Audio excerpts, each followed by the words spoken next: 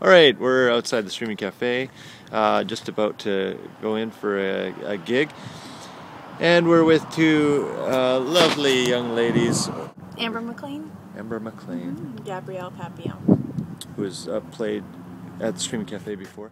Please tell me what is in your hand. This is my duo album. It just came out in January. With Very cool Simon packaging. Honeyman. Yeah, he's not here. And this is my solo album. That's cool. Thanks. So first off, will you tell us where you got that printed?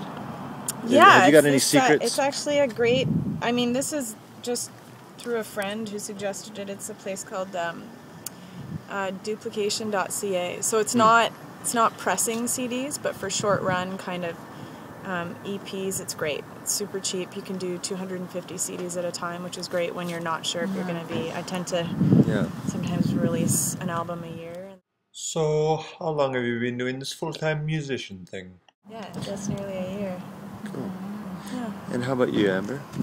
On and off. I've had this time about 2 years with little stops at home. But I was in a folk band in the late 90s, early 2000s. So Which was called? We were called Kin. And then I was actually in a band with my mom. That. And we put 2 CDs out. It was cool, actually. So we did that for a while. And then I was with an indie kind of pop band called Sharon Said. So we did an album there.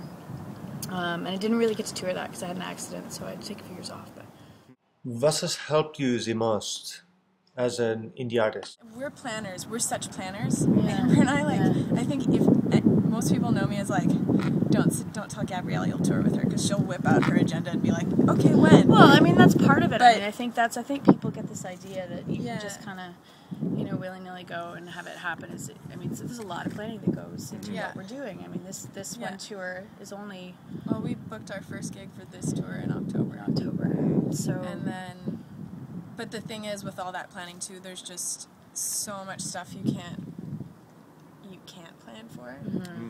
So when that happens, you have to kind of not fall apart and just kind of go, all right, okay, well, I'm gonna play to these 4 people that showed up at this gig where there was supposed to be 200, and it's gonna be the most awesome show these 4 people have ever seen, ever, even though you kind of want to cry.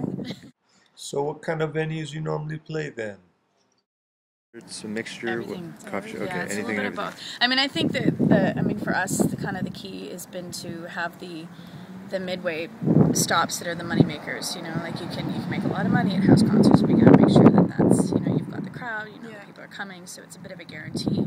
I mean, there are going to be places that you either just want to get into, so you know that you're not going to make a lot of money. Places that maybe you play because you're networking with somebody else, and you know that it's a good place for you to be. You're not going to make a lot of money.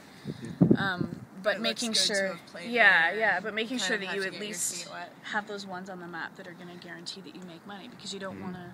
You want to guarantee that you're not going to go home broke. You don't want to just break even either. And I mean, for us, because it is this is our income, so we kind of do need to know that we live very meagerly, but we need to know that we can deposit.